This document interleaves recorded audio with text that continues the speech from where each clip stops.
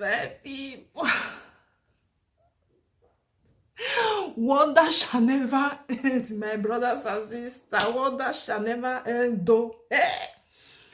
Hello, my people. This is Untouchable Bam. My greet the full house. Una good morning, una good afternoon, una good evening. Una say why this woman dey laugh. No, no worry. Una see why I dey laugh. Just now go put the video more na watch am. I just there for social media. Una know na.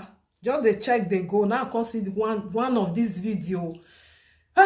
My brothers and sisters.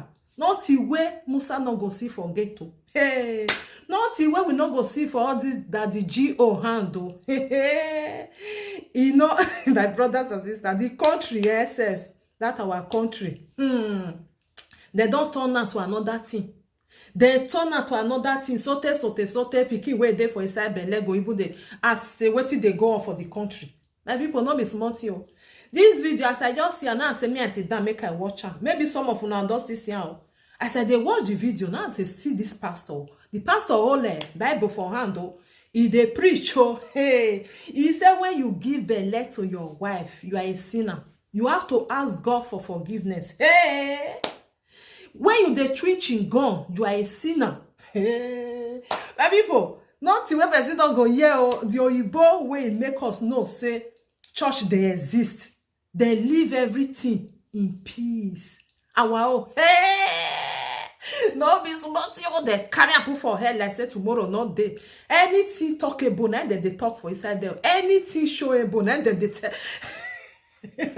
People, the thing, they make me they laugh. I said they watch and I say this one now wait till I go call her.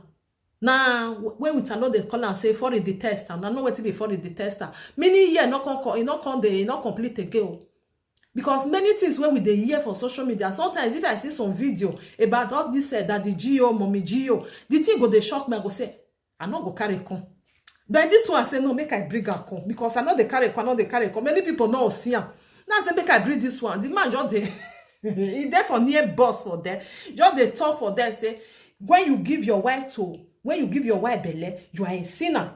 You need to ask God make he forgive you. Another one fair talker when you drink. Jesus is Lord. Why all these people they wash our people brain like say tomorrow don't not they don't wash their brain finish sote. Those people they not even they hear again. Now only waiting did that the GO and mommy GO they talk. Now then they listen. Now then they hear anything when you like me you go talk. They no one hear. They go say their pastor say. Their daddy GO say, their mommy GO say. Now that one they come they talk because many people they when they really wash their brain well, they wash and they come file down, not be even bleach, then bleach and come out, nothing there again. My brothers and sisters, as me be now they talk all the time. Nobody go feel carry me say me you go church. When I know say even though I go church, I sit down for inside house. So far now so far made here clean well. You don't get bad mind to other people. Now be church. Oh, you they know they carry. If you see if you go in both church, you see say now old people now they go there and they know they carry and put for head like that. The way where I would say they do our just put time for brain. They don't change everything to say even the country said don't they verse. Even our country don't they verse because they can't do it in a way say like the way waiting not there for inside Bible. They will make sure say they put out for inside your brain. May you make sure say you believe. You must believe. You not believe you are a sinner. And people who are not strong for brain now, they'll come they feel say really they be sinner. The video make me laugh. I fall for granted. I just laugh. I say, which kind of wahala be this one again? If you did do this one, you are a sinner. Person give the wife belle. Now sinner, now it can't be. Hey, me I put the video, more na watch am, more na follow me laugh because the thing make me laugh. I say no, let me carry and come. And my people wey another sin, I made them for see what the one where they talk about. Many fool, many. This one not be. This one are just small one. If you now see many where they see, even then people don't even they tire yourself. They don't they understand. Say all these people now why you they be nyama person where just get up, where just finish school, say school not see work. You go just carry Bible, you go just start to the preach. You go just they tell you waiting not there for inside Bible. You go just they tell you many things. Wanna watch this video, my people.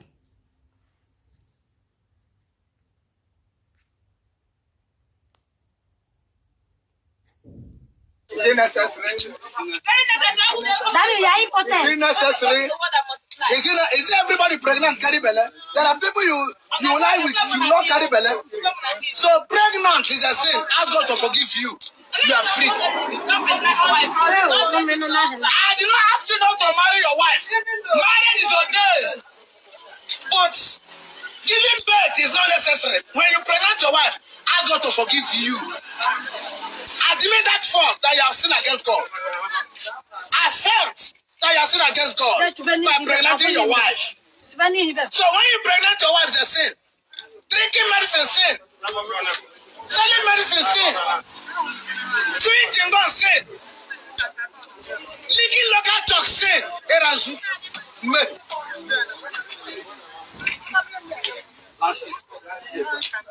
Long latches, short latches, sin. Bleaching green, sin. Amend the words. Amend the words. Amend your words. Jeremiah 7:3. Amend your words.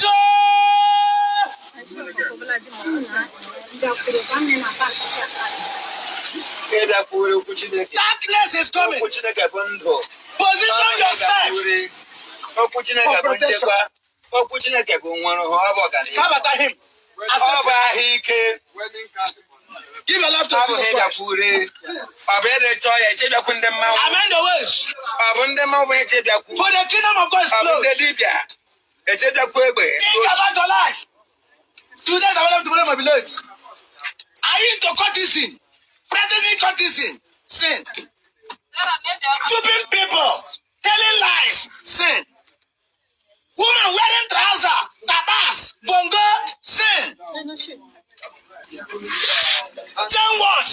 What the ring, engagement ring, sin. When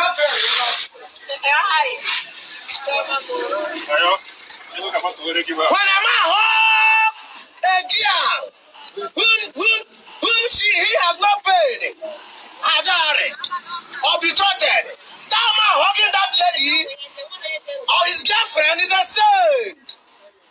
Don't go hug the woman that you have not paid Hadari.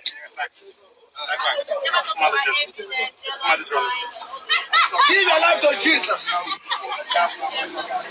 Think about your life. Are you a duper? Are you a cheater? It's a sin. Bleeding creed, cheating people, stupid people.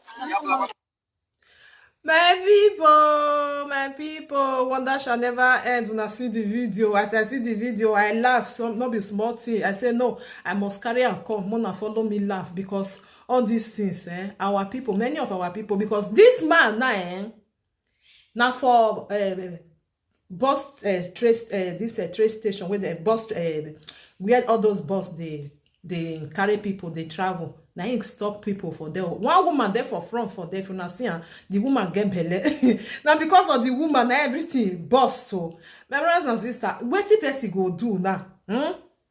If you get belle, you be sinner. If you own your girlfriend, you be sinner. If you dey twin chingon, you be sinner. Which kind of wahala beyond this one?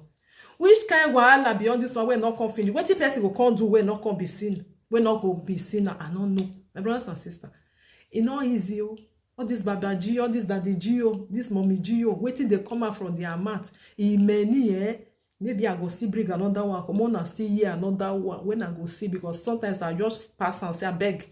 I don't feel talk. Because they wash many people brain. Because sometimes it's still good, maybe we still they help those people. They tell them, say, more than not they believe all waiting that they tell you now. So if I'm gonna get good mind to our neighbor, now that one is important the past. Not be say they will come, they put many things for your brain. You don't really believe, say waiting that they talk not true. Hey, wonder shall never end. Not the way person not go see for Daddy G.O. handle and Mommy G.O. There many my people. One love keep us together. More help me share. Make people see watch and make them laugh. This one a laughing thing because it not good. Maybe we sit down, maybe they cry. What how we go do? Maybe they watch and then they do now. The country they worst every blessed day. They not feel pray for the power where they get. May they pray. May the country move forward. May it be say now Nigeria now can be number one. They not feel do that one.